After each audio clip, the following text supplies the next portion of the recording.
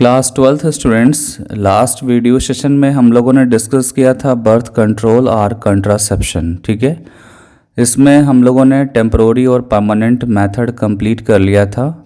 Temporary में बहुत सारे मेथड थे और वो भी आपके कंप्लीट हो चुके हैं। रिप्रोडक्टिव हेल्थ चैप्टर में अगर आप एनसीईआरटी देखेंगे तो अभी आपके टोटल यहाँ पे 3 टॉपिक रिमेनिंग हैं, जिसमें फर्स्ट टॉपिक आपका क्या है, medical termination of pregnancy, and second topic आपका है sexual transmitted infection.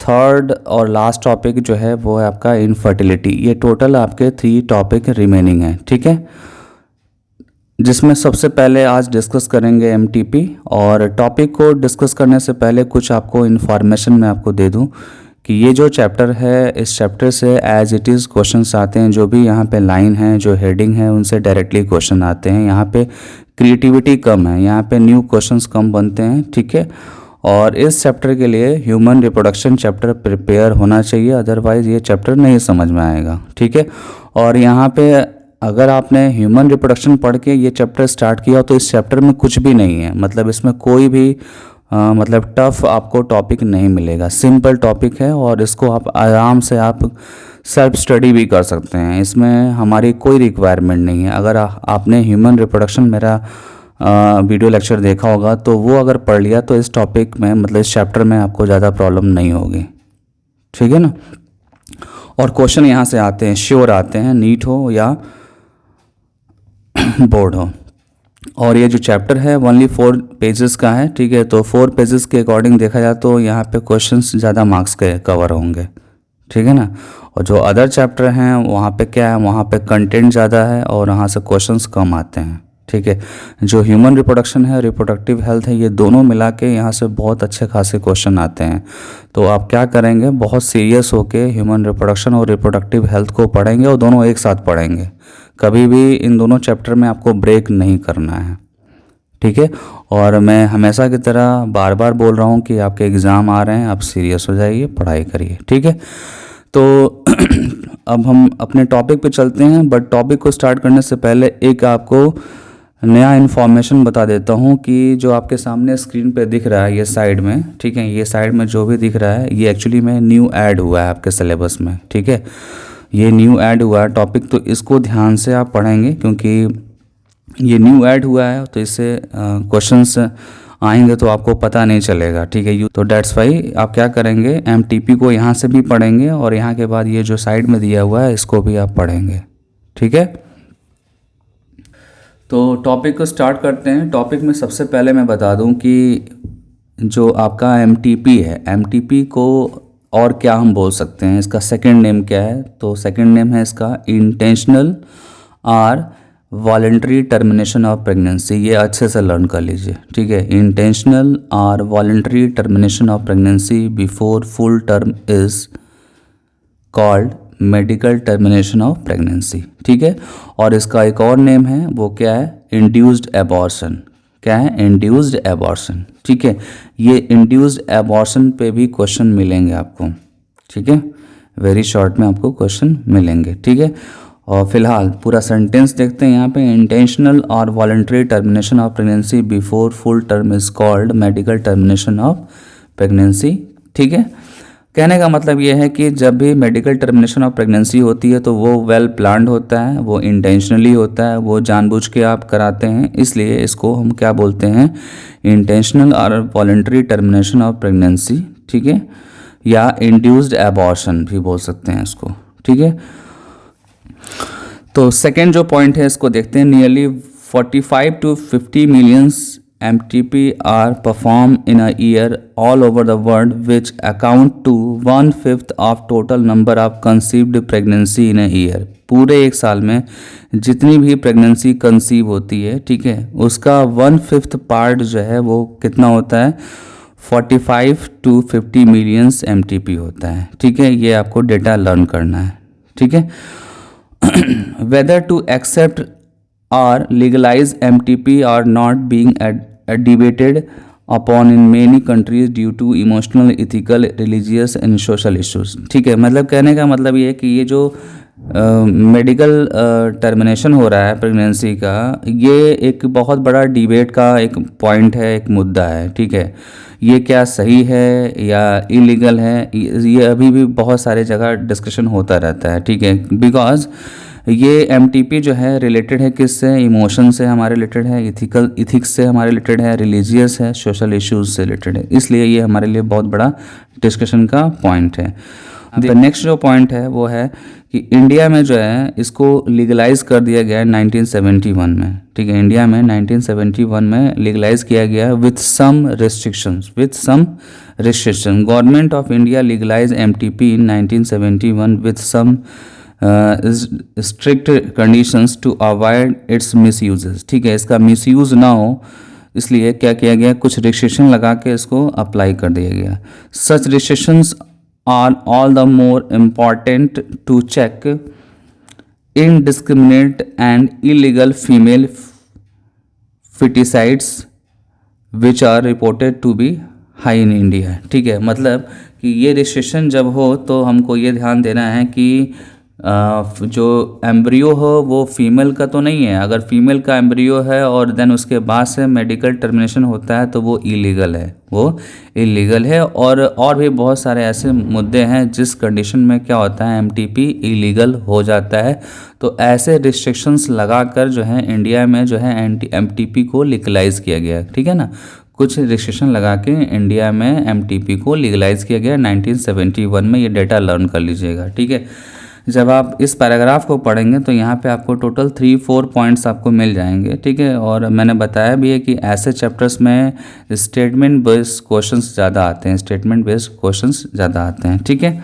Then next paragraph पे आते हैं। नेक्स्ट पैराग्राफ है why MTP, obviously answer is to get rid of unwanted pregnancy either due to causal unprotected intercourses or failure of the contraceptives used during the coitus or rape, ठीक है। मतलब कि MTP मतलब कब ये unwanted हो जाता है, ठीक है। एमटीपी कब अनवांटेड हो जाता है, जब अनप्रोटेक्टेड इंटरकोर्स करते हैं, ठीक है ना। अनप्रोटेक्टेड इंटरकोर्स करते हैं या कॉन्ट्रासेप्टिव मेथड यूज़ करते हैं बट वो कभी कभी फेल हो जाते हैं, और जब रेप के केसेस होते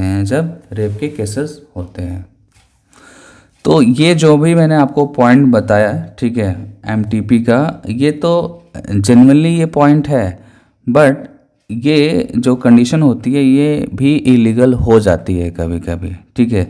तो उस टाइम पे ये ध्यान देना है कि प्रेगनेंसी को टर्मिनेट तो कर सकते हैं बट टर्मिनेशन करते समय फीटस या मदर को हार्म ना हो, ठीक है, उनको कोई नुकसान ना हो। आप यहाँ पे देख सकते हैं MTP are also essential in certain cases where continuation of the pregnancy should be harmful or even fatal either to be mother or to be foetus or both, ठीक है। ये चीज़ ध्यान देना है। देन नेक्स्ट पॉइंट है आपका कि MTP आप कब करेंगे, कब तक ये सेफ होता है, ठीक है। तो आपके सामने स्क्रीन पे दिख रहा है MTP are considered relatively safe during the first trimester up to the 12 week of pregnancy. मतलब कि 12 वीक ऑफ प्रेगनेंसी तक जो है आसानी से एमटीपी हो सकता है, बट उसके बाद जो है ये रिस्की हो जाता है, ठीक है। Second trimester abortion much more riskier. Then next point, one disturbing trend observed is that majority of the MTP are performed illegal by unqualified quacks, which are not only unsafe but could be fatal too. कहने का मतलब ये है कि देखा गया है कि एमटीपी ज़्यादातर इलीगल ऑब्जर्व किया गया है, और इसको जो है एमटीपी के लिए अनक्वालिफाइड क्वैंक्स, मतलब कि जो नीम हकीम होते हैं ना, जो काम चलाऊ डॉक्टर होते हैं, झोला छाप डॉक्टर, या वो कुछ ऐसे मेडिसिन देके जो है जो प्रिस्क्राइब नहीं है, ठीक है, उनको देकर जो है अनसेफ और फैटल एमटीपी करवाते हैं, जो कि आपको पता हो गया कि अनसेफ है और फैटल है तो ये रिस्की होगा ही होगा, ठीक है, जो आपको नहीं करना चाहिए। इसीलिए सेक्स एजुकेशन की ज़रूरत होती है। अगर सेक्स एजुकेशन है तो आप इस तरह से कोई गलती नहीं कर सकते हैं आप। Another dangerous trend is the misuse of एमिनोसेंटेसिस। ये एक इम्पॉर्टेंट टॉपिक है। एमिनोसेंटेसिस इज़ ए प्रोसीजर और मेथड जिसके थ्रू आप क्या कर सकते हैं, जेनेटिक डिसऑर्डर फाइंड आउट कर सकते हैं, जेनेटिक डिसऑर्डर फाइंड आउट कर सकते हैं और सेक्स डिटर्मिनेशन कर सकते हैं। तो कई बार ऐसा देखा गया है कि कुछ कपल क्या करते हैं कि फीटस का सेक्स डिटर्मिनेशन कराते हैं और बाय द वे फीटस अगर फीमेल का हो तो क्या करते हैं, एमटीपी कर लेते हैं, मतलब कि उसका टर्मिनेशन कर देंगे। Another dangerous trend is the misuse of amniocentesis to determine the sex of the unborn child frequently if the foetus is found to be female. जो कि मैंने भी बताया कि foetus by the way female हो जाएगा तो एमटीपी बहुत बार नोटिस किया जाता है इसको, ठीक है ना। This is totally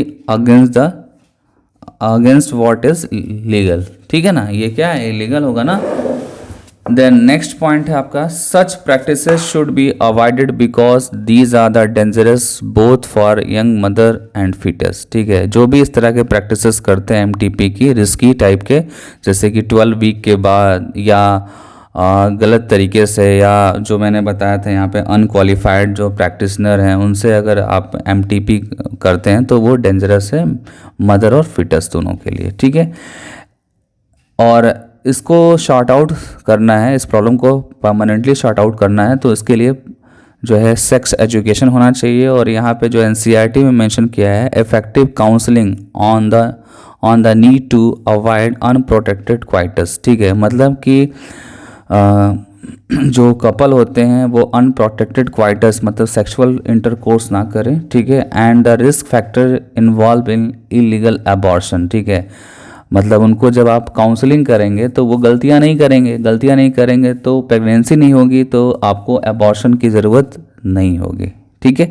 as well as providing more health care facilities could reverse the mentioned unhealthy trend. ठीक है, तो ये टॉपिक आपका एमटीपी फिनिश हो गया। अब यहाँ पे करना क्या है, एनसीईआरटी में जो नया ऐड हुआ है इसको भी ध्यान देना है। एनसीईआरटी की कुछ लाइंस हैं जो आपके सामने स्क्रीन पे है, मैं इसको एक बार बताता हूँ। इसमें कुछ पॉइंट्स हैं जो मैं आपको बताऊँगा। The medical termination of pregnancy amendment act 2017 was enacted by the government of India with the intention of reducing the incidence of illegal abortion and consequent maternal mortality and morbidity। ठीक है, मतलब कि एक नया रूल लाया, नया amendment लाया, ठीक है, गवर्नमेंट ऑफ इंडिया ने, जिसमें इलीगल एबॉर्शन को रिड्यूस करने की बात बताई गई है। और साथ ही साथ ये ध्यान देना है कि मैटरनल मोर्टेलिटी और मॉर्बिडिटी जो है वो कम से कम हो, ठीक है ना। प्रेगनेंसी में भी terminated on certain considered ground, मतलब कुछ ग्राउंड पे इसको लीगल माना गया है, अदरवाइज ये इलीगल होगा, ठीक है। With in the first 12 weeks of pregnancy on the opinion of one registered medical practitioner, अगर प्रेगनेंसी 12 वीक से कम की है तो वहाँ पे वन मेडिकल प्रैक्टिशनर डिसीजन ले सकता है प्रेगनेंसी को टर्मिनेट करने के लिए। बट कभी कभी ऐसा भी होता है कि 12 वीक के बाद डिसीजन लेते हैं, ठीक है, मतलब कि सेकेंड ट्राइमेस्टर में, तो वहाँ पे क्या करना होता है, 2 मेडिकल प्रैक्टिशनर की ओपिनियन लेनी होती है, 2 मेडिकल प्रैक्टिशनर की ओपिनियन लेनी होती है, ठीक है। तो ये एमटीपी पॉसिबल होता है, ठीक है। अब यहाँ पे नीचे जो डिस्कस है वो क्या है, the grounds for such termination of pregnancy are, ठीक है। सेकंड क्या है, the continuation of the pregnancy could involve a risk to the life of the pregnant woman और ग्रेव इंजरी फिजिकल और मेंटल हेल्थ, ठीक है, मतलब कभी कभी ऐसा होता है कि उस पर्टिकुलर मदर में ही प्रॉब्लम हो जाती है या उस वुमेन में ही प्रॉब्लम फिजिकली मेंटली हो जाती है, तो उस कंडीशन में एमटीपी क्या होता है, लीगल होता है। उस कंडीशन में क्या होता है, एमटीपी लीगल होता है, ठीक है। देन सेकंड पॉइंट देखिए, there is a substantial risk that of the child were born it could be suffer from physical और मेंटल एबनॉर्मलिटी, मतलब कि अगर आपने जेनेटिक डिसऑर्डर चेक कर लिया एमिनोसेंटेसिस प्रोसेस के टाइम पे, और अगर आपको पता चल गया कि वो जो बेबी है जो जिसका बर्थ होने वाला है आने वाले टाइम में, अगर उसमें कोई फिजिकल और मेंटल प्रॉब्लम है तो उस कंडीशन में भी डॉक्टर अलाउ करता है और वो लीगल एमटीपी होता है, ठीक है। तो ये आपका टॉपिक जो अभी न्यू है, ये ऐड हुआ है, वो मैंने फिनिश कर दिया। और ओवरऑल आपको ये ध्यान देना है कि यहाँ पे लीगल क्या है और इलीगल क्या है, और कुछ जो है बेसिक यहाँ पे इंफॉर्मेशन है, ठीक है, इसको आपको लर्न करना है, ठीक है। इसके बाद से हम स्टार्ट करेंगे सेक्सुअल ट्रांसमिटेड इन्फेक्शन, ठीक है ना।